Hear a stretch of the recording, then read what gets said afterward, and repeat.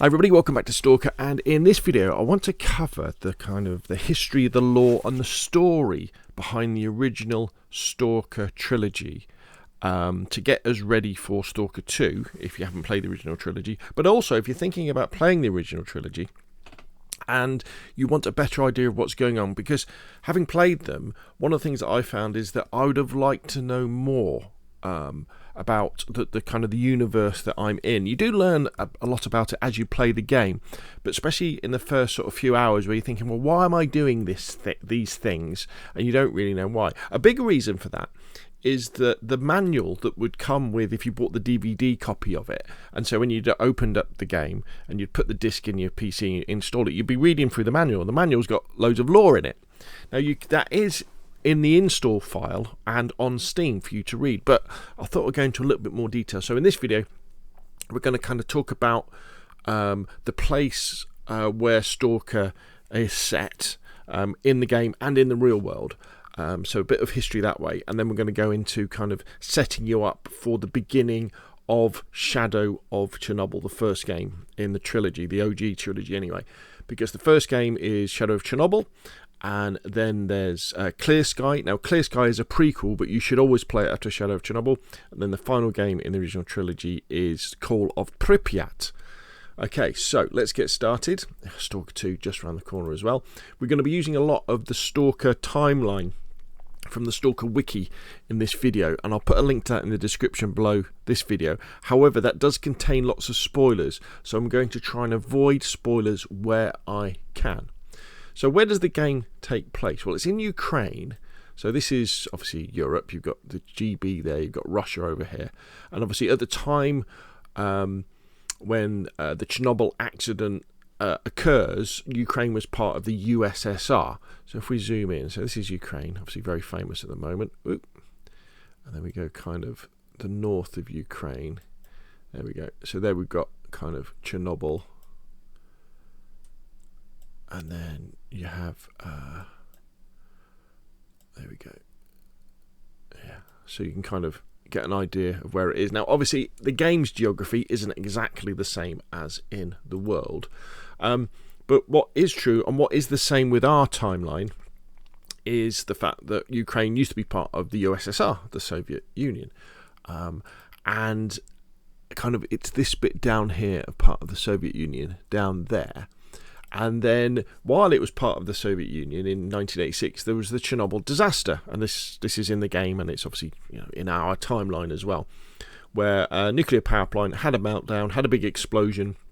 Thousands of people died to try and contain the fire and stop the radiation spreading. The radiation did spread over a big chunk of the land around the area, including the city of Pripyat and lots of towns and villages, and spread across the whole of Western Europe because of the way the wind was blowing, all the way to Ireland and Wales. Where I am now, where I'm recording this video, there would have been radiation in the clouds that was going over the top that then came down with the rain in Wales and places like that.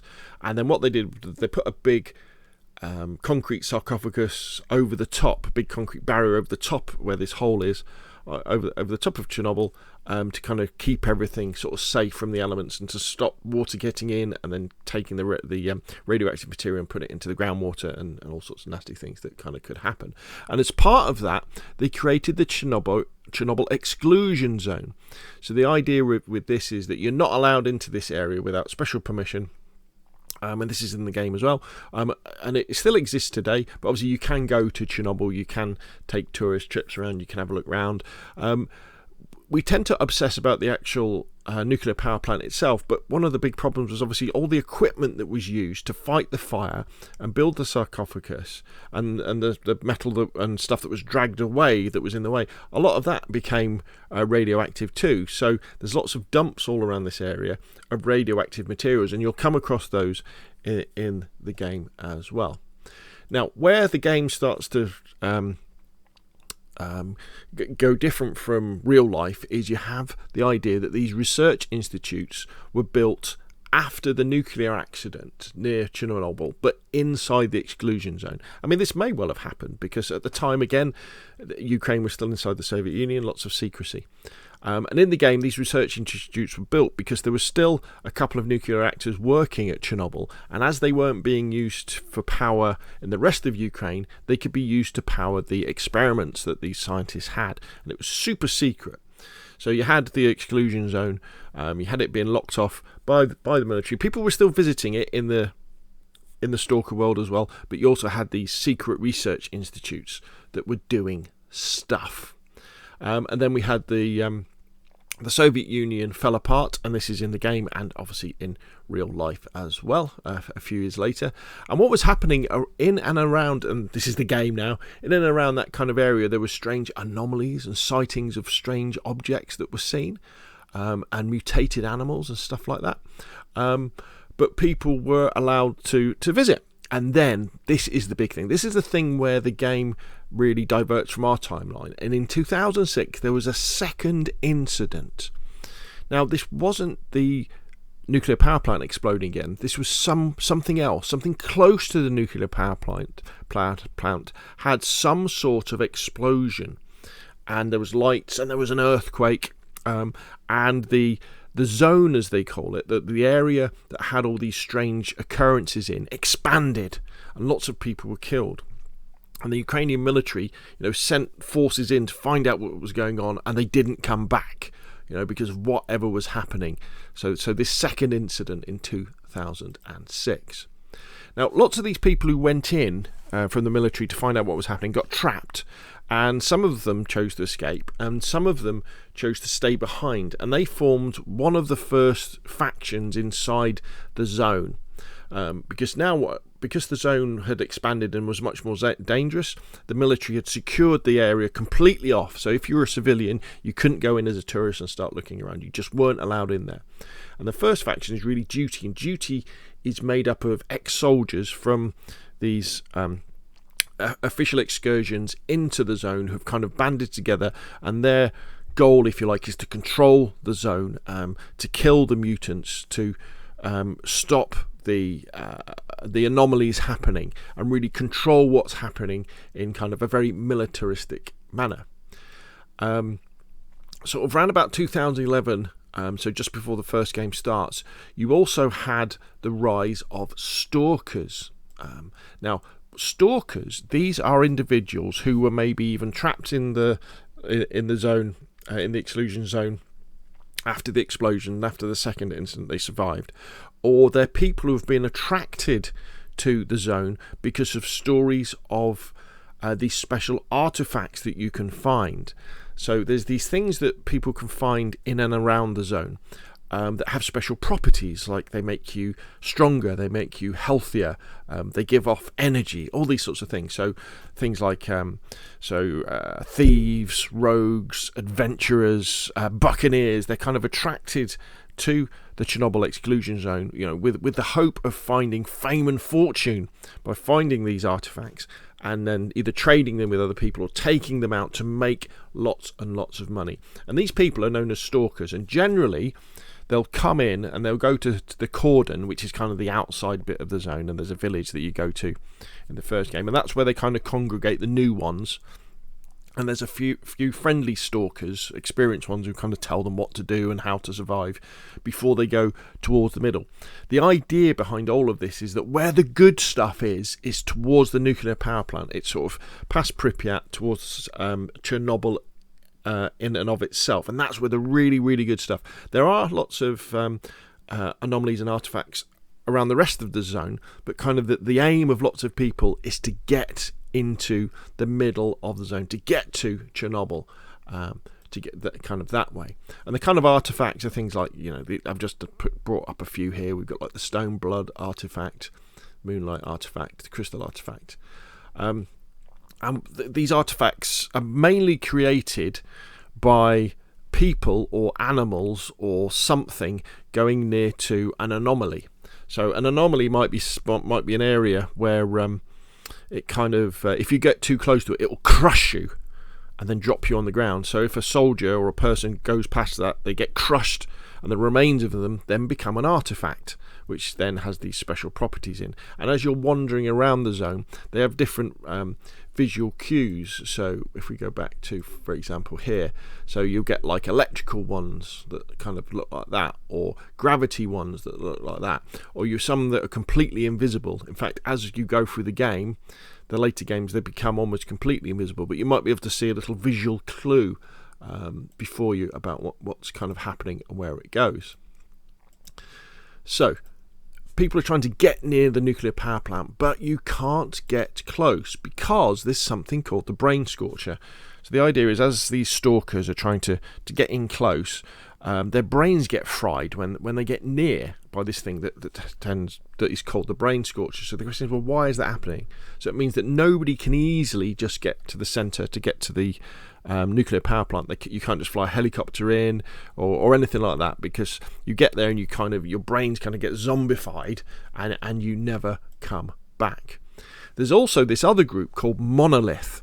Now, Monolith have been around for a while, and these guys are really powerful. They have lots of really good equipment, the best military equipment, and they seem to be obsessed with protecting the nuclear power plant and protecting the centre of the zone from other people getting closer.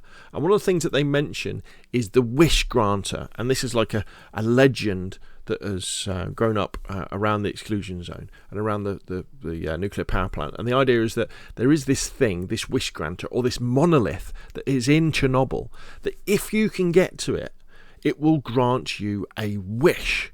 So this is quite a powerful thing, because it means that not only can stalkers find their fame and fortune by finding artifacts and trading them and selling them, but if they can get to the centre of the zone, if they can get to the monolith, get to the wish granter, then they could have whatever they wanted to. They could just wish it. So that's a very powerful message that's been sent out. Now, another group is the Freedom Group. Now, these guys are kind of, you could say that they're a direct opposite of the Duty Group. So they're a band of people who believe in going with the flow of the zone and not trying to destroy it, but rather trying to understand it and work with the anomalies, to work with the artifacts, to understand why the mutants are happening, to really harness the power of the zone. You'll also get bandits who wander around and they really enjoy attacking you and taking all your stuff. And there are other groups as well, but that will kind of cover most of them. Then we have something called the second emission. Now, this is different from the kind of second explosion. What happens is something happens in the zone, and there's this big pulse of energy that comes out from the middle and kills lots of people. And makes lots of people unconscious and affects them. And these pulses keep happening because something has happened around about 2012 with the advent of lots of stalkers trying to get to the centre of the zone and trying to get past the brain scorcher to get to the wish granter, to get to the monolith. So something happens. There's big emission. People get killed. And the zone changes as well. It gets bigger, but it changes as well. Previously safe areas that were safe to go through aren't safe anymore. There's areas that were dangerous because there was too many anomalies are now safe to go through. And that's kind of roundabout kind of the start kind of year of Shadow of Chernobyl. When you dive in and you're a character, you wake up, you don't know who you are. You know you've got to kill this chap called Strelok, but you don't know anything really about being a stalker, and you start off in the beginning village, and then you've got to start doing quests to get weapons and equipment and armour to enable you to be able to move towards the centre of the zone. Now, this is basically a kind of a map of the zone.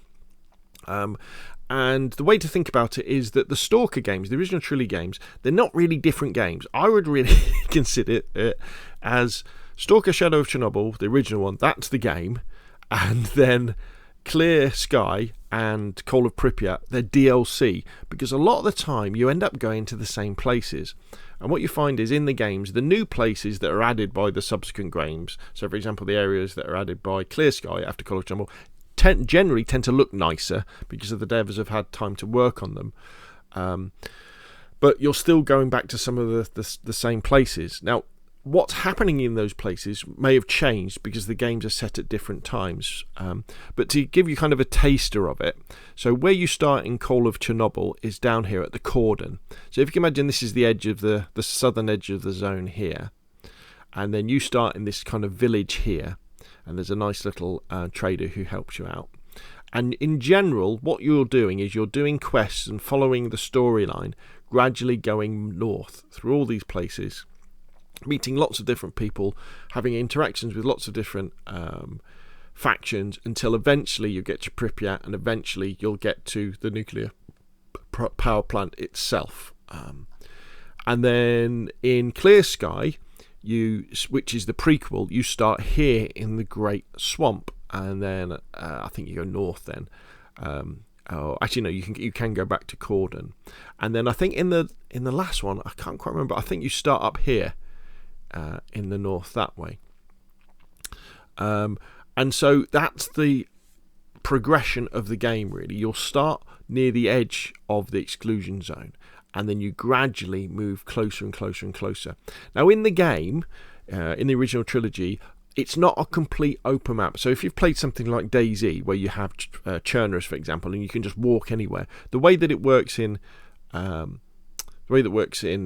Stalker is that you'll be in the Great Swamp area, and then you go to this fast travel area, and then you'll go to there. So this section then loads in, and then you're in this section. The sections are really big, and for example, when you go to here, you then do a fast travel, and it goes to here, and then this section loads in. So you have big chunks of the map that you load in at the same time. You can't just walk from one end of the other without any loading screens. But you've got to remember, these games originated in 2007, 8 and 9, so there was a limit to the technology and the size of memory that they could use. And you kind of work your way through, and you finally find yourself up here, going through Pripyat and going to the nuclear power station. One thing I would say is that, especially in Shadow of Chernobyl, the areas that you go through become much more interesting the further you get into the game. So down here at the bottom, when you're in Cordon, and you're in the garbage, it's all fairly boring, really. It's fairly open. There's a few houses and huts and things like that. But when you start going to the research institute and the warehouses, and then especially like when you get up to Pripyat, you're like, wow, this is amazing. How did they do this in 2007? So there we go. So we talked about the fact that Clear Sky was next, and then Call of Pripyat is the last in the original trilogy, and then we've got Stalker 2. So to kind of summarize it all, just remember that in 86 there was the main explosion at the nuclear power plant, and then after that, because of the exclusion zone, because the general public weren't allowed just to wander around where they were, this allowed scientists to set up secret research institutes.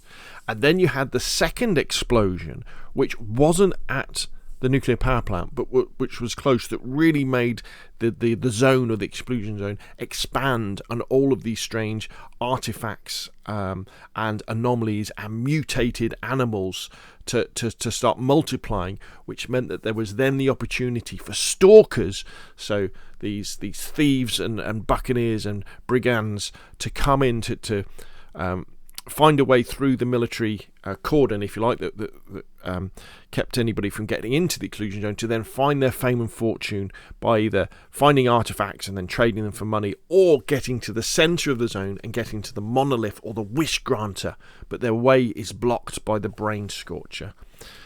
So there we go. Hopefully that gives you a good, if not quite long, background on the original series. I've missed out loads of stuff. If you want to have spoilers, again, look in the description below this video and then go to the timeline. And remember, when you're on PC, if you do go to the install directory for Shadow of Chernobyl, you will find the PDF original manual, which you can read, that's got lots of lore in it as well. So there we go. Hopefully this has been useful. Really looking forward to Lore 2. If it has been, hit like. If you want to see more of the same, press subscribe. And of course, I'll see you again soon.